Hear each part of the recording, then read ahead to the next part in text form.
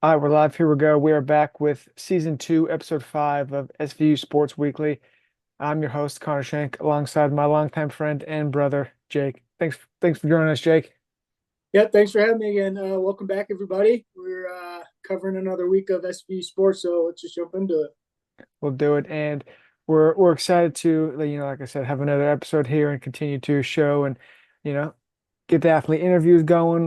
We had a lot of success with those, so keep if you want to be interviewed or you want your coach to be interviewed, go ahead and send it in. DM message us, and we'll get them on the show and have them talk and learn about their journey and kind of engage with the athletes and fans a little bit more.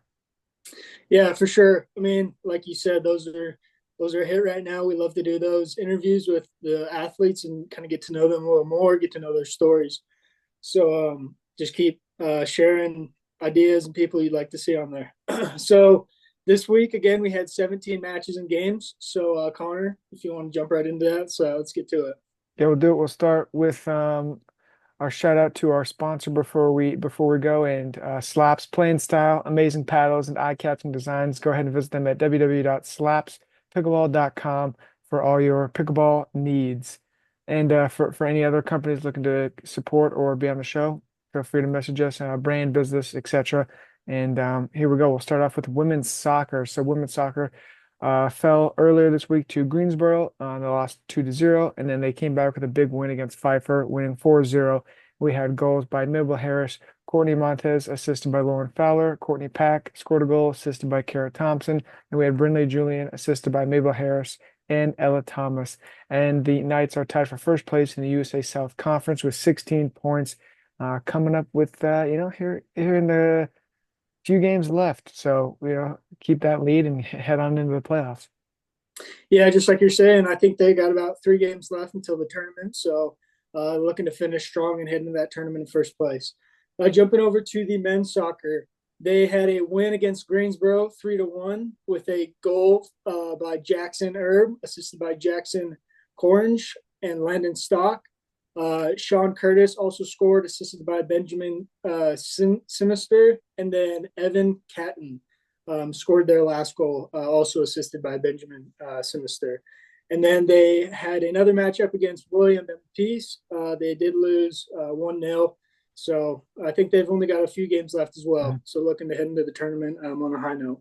Yeah, for sure.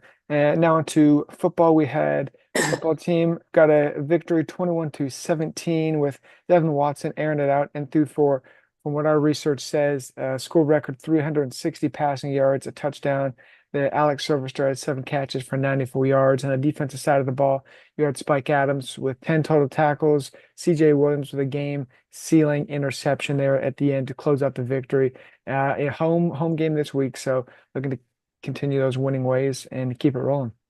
Yeah, just going a little off football. They got their first victory of the season yesterday, so congratulations to them. Mhm. Like you said, Devin Watson with a great game, over 350 yards. It's got to be a school record. Oh yeah. Then just a shout out to the defense. A big fourth down stop right there. I think Methodist was on the 2, maybe even the 1, and they stopped them to go ahead and give the offense the ball and seal the game. So congratulations to them. Jumping over to women's volleyball, they had a clean sweep this week, so congratulations on that. They are hot right now. The women's volleyball team is hot. So Definitely. they went on a win 3-0 against North Carolina Wesleyan. Brooklyn Madeline led the team in kills with 17. Bailey Savage led the team in aces with 4. Sydney Bassett led the team in blocks. Ruby Blamiers led the team in assists with 33, and Gracie Fulton led the team in digs with 23. And then following that game, they played Bavard, where again they went 3-0. Brooklyn Madeline led the team again with kills with 16. Gracie Fulton led the team in aces with 2. Caitlin Winkier led the team in blocks with 2. Ruby Blamiers with 38 assists, and then Gracie Fulton led the team with 17 digs. So again, they're in sole possession of first place in the USA South right now. Winding down, I think they've got maybe 3 or 4 matches left. So really looking to go into that tournament with the hot hand and just keep it going. Oh yeah, and I think they got a big home game this week coming up as well. So pack the barn for that one. And on to men's rugby, they lost to Queen's University of Charlotte, 6-52. and they have a few games left on their schedule. I think they're 2-4 to close out. I think they're in the Rugby East Conference, so a few big games left to kind of close out the season and finish on a high note. Yeah, for sure. Jumping over to women's field hockey, they played Meredith this weekend. I believe was at home. They lost 7-0. So they're just looking to continue on and just wrap up the season here. No doubt, and there was a good showing for the women's golf team. They had a tournament in Alvernia Invitational. They came in fourth place. Sydney Richards came in fifth out of 40. This is individual golfers. Hallie Western tied for 13th. She shot at 85 and 88. And then Lexi Levitt shot at 83 and a 91 to round out the SU Knights women's golf team. Yeah. Jumping over to men's swimming. So the men's swimming team swam against Hampton Sydney this past week. They lost 70 to 139. Kyle Hedden swam the 1,000-yard freestyle in 12:17. 𝐒𝐞𝐥𝐜𝐸 Zimmerman swam the 200-yard freestyle in 2 minutes, and then Roman Noel swam the 100-yard butterfly in 54. So congratulations to all those guys. Definitely. And then we have women's swimming. They swam against Roanoke and they won 180 to 60. You had Madeline Fenwick with a 1,000-yard freestyle in 12:21. Then you had Sophie Mortensen swam the same 1,000-yard freestyle in 13:14. You had Jamie Horn swim the 200-yard freestyle in 2 minutes 6 seconds. Then you had Jesse Furman swam the 50-yard freestyle in 25 seconds, 25.5. So strong showing there for the women's swimming team. They have another match, both men's and swimming coming up this week to carry, on their winning ways. Yeah, so it's definitely good to be back in the pool. Jumping over to men's cross country. So they were at the Roanoke Invitational. The men's 8K results were Carter Johnson with a 28.02 and Logan Decker with a 30.04. Jumping into the men's 8K D3 divisional results, we have Kaylin Rudder with a 25.21 and Joseph Hughes with a 24.43. And then just jumping over to the women's side, they also ran in the Roanoke Invitational.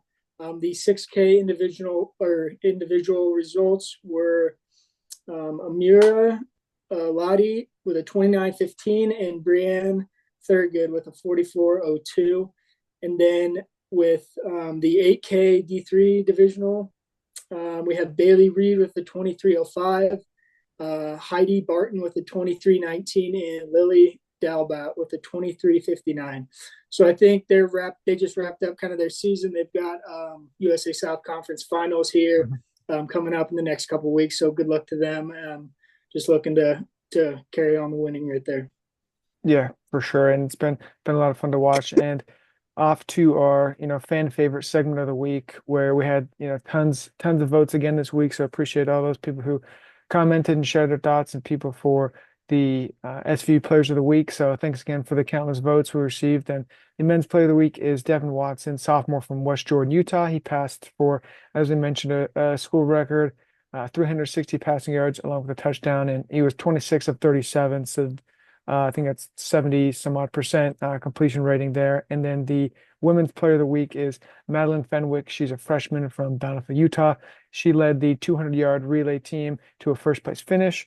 She came in first there as well. And then obviously came in first in the 1,000-yard freestyle and then came in second in the 100-yard breaststroke. So congrats to those two players. Yeah, again, thanks for everybody for sending in their votes. This is one of the bigger segments we like to do. Tune in tonight. We're going to have Devin on the show after breaking a school record. We'd love to hear his words and kind of how that game was for him and getting his first victory as a Knight. So just going off that, just wrapping up the show for today, let's look into the upcoming games this week. So starting off Monday, we've got men's golf at the Chick-fil-A Classic. Tuesday, we go back to men's golf at the Chick-fil-A Classic. And then Wednesday, we've got field hockey at Cedar Crest, women's volleyball at Greensboro, women's soccer at Mary Washington. And then Thursday, we'll have no action.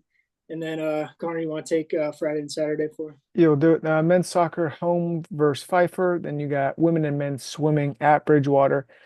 Women's volleyball home versus William and Peace. Big game there. Conference implications for that one this Saturday. men's rugby at Mary Washington. We have football home versus NC Wesleyan. Women's soccer to close out the week at Brevard. So that's kind of the weekly schedule there, and a lot of exciting games, a lot of exciting matches, and basketball also around the corner too. So we'll be hyping them up here shortly. Looking forward to that. And so that's been another episode of the SVU Sports Weekly. We hope you enjoyed the show and got a closer look at the talent and the skills that the SVU athletes have and that they put on display. Yeah. Thanks everybody for joining.